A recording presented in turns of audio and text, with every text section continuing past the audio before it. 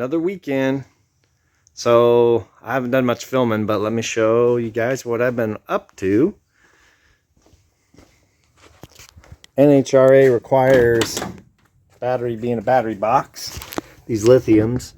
So spent some of the weeknights working on this. Just some aluminum sheet metal, and bent that up, riveted it, and then made a top. And it's a little challenging because I have a solenoid here, so here's my little vent line. Anyway, got that done. I thought maybe I heard a little engine noise, so pulled the valve covers, ran the valves, pulled the pan, checked the rod bolts, nothing there.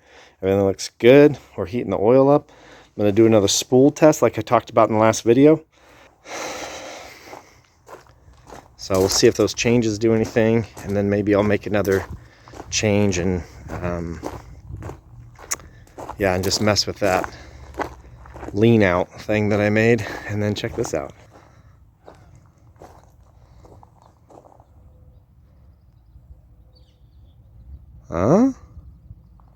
Pretty excited about this. This looks pretty awesome. It also makes all of this look terrible. And then I mounted a door hanger today.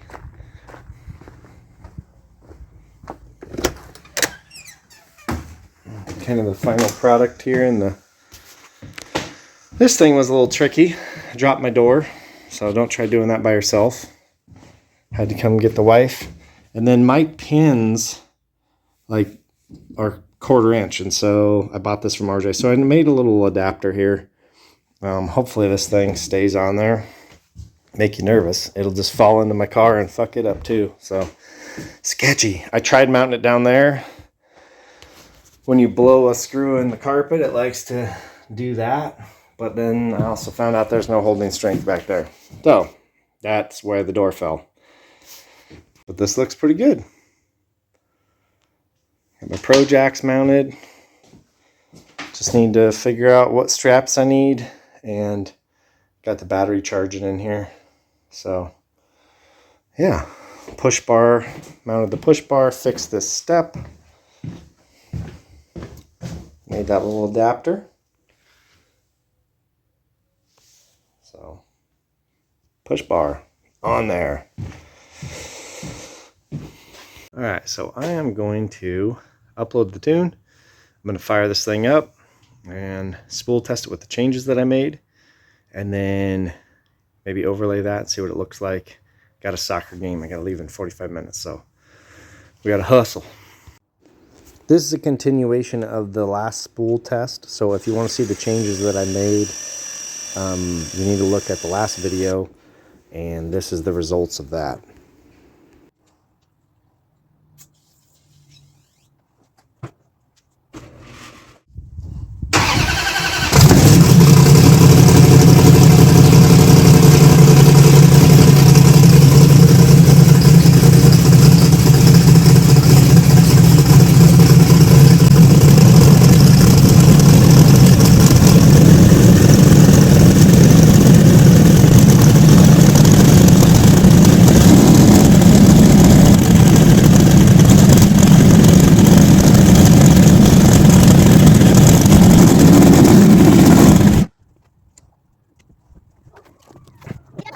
So I like to come out here and get some fresh air, even though I got my respirator on. I like to let that thing kind of heat soak for a minute. So this is a normal startup procedure, like on a race day for me.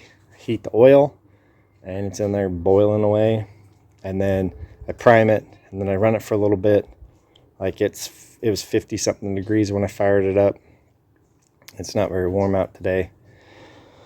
And then I cycle the oil, warm it up, shut it off, and then I'm going to prime it some more, and then it's usually good for the whole day.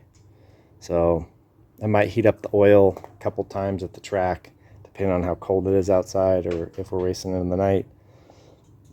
But these Hemis don't have pressurized oil little lifter at all.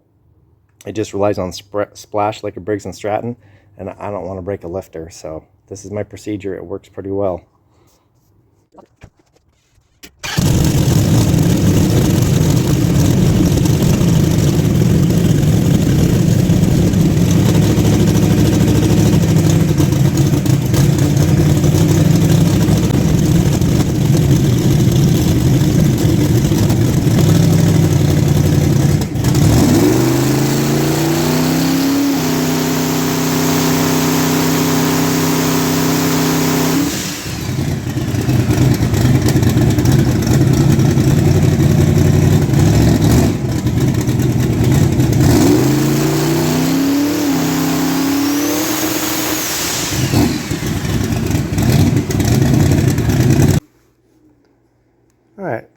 So here is the first one where no CO2 came on. It made 6.3 pounds. This yellow is my spool assist valve. Green is converter pressure here. Okay, I'm going to come over here. Converter pressure dumps. 33, 30, 28.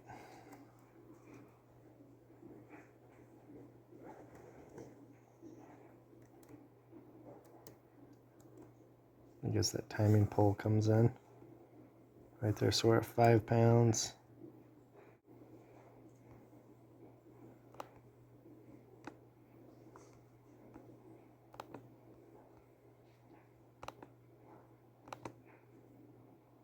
We'll line up that TPS up here because that's the best I can do.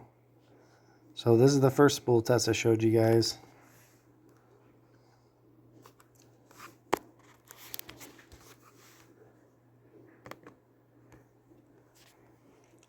So this purple, that's the timing pole this time.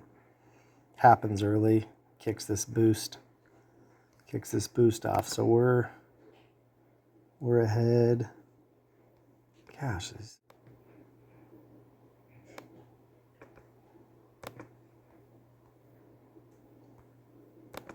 Okay, so we'll do that. So right there, so if you look over here, we're ahead in RPM, we're a little ahead in boost. We're a lot ahead in boost. So I'm at 19 pounds where I was making 5.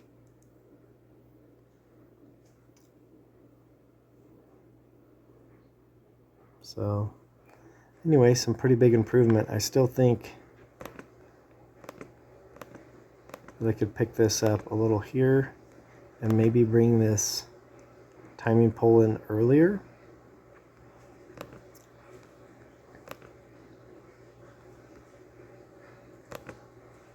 Because it got to 4,300 before it started pulling timing.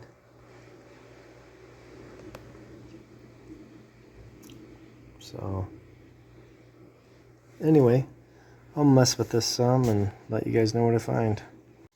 I was gonna make another video of spool testing this and spool test it 3 times, but the more I'm looking at this, the more I don't want to mess with it.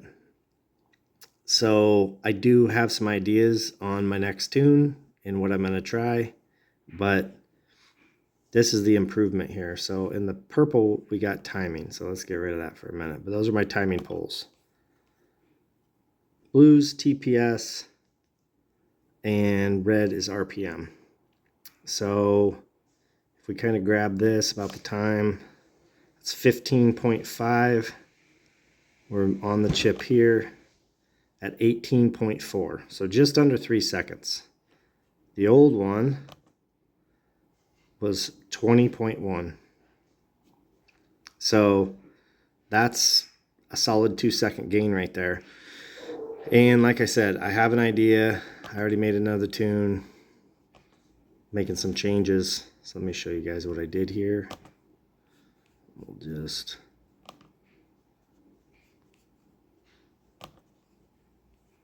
it's a quick way to see what's different if you want to look at a tune.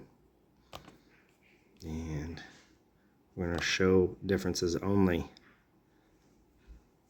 So the only thing I changed here was my advanced tables 3 and 4.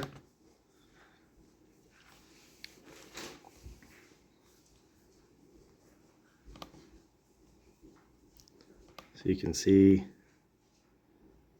comparison in the bass. So I cut out this AFR offset. I also changed the values on the other one here. Let me show you. And so my timing pole, there's the comp.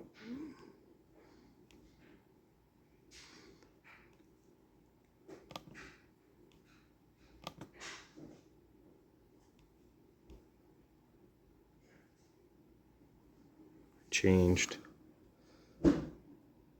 some of my values in here to affect where that thing's coming on at. And like I said here, change some values down in here. And why I did that. Alright, so here's the change I made. Let me close this down.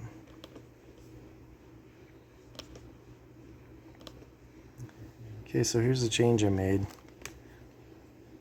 I made this will blend these two cells, so this is negative an inch of vacuum to 0. 0 is at 0.7 AFR offset. And then I changed these tables around a little bit. So this is the same, and then I basically turned it off from 12 pounds up. I think it needs a little fuel up top. So we're going to do that. And then in my advanced table, I made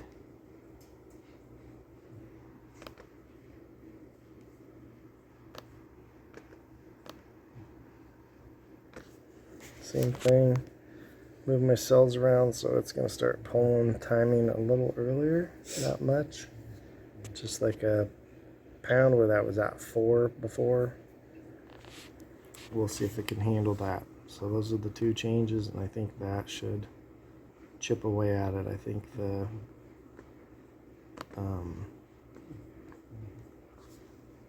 the dump valve thing's working better. Obviously I shaved like 2 seconds off of it. But I think this will crispen it up, make it a little crispy down low, and then, yeah, so it's not so blubbery, and then give it a little fuel to help light those turbos off a little up high, and see if it gets to the RPM value that I've set, because it didn't. I don't like that. You really want reliable, you need your turbo car to be reliable. I don't know what is going on here. Alright. 4850. So we need that to be reliable. So we'll see. That should do something. But I think a little bit of fuel up top might help this thing, especially on the chip. So something I'll just try before the next race, and rather than warm this thing up again.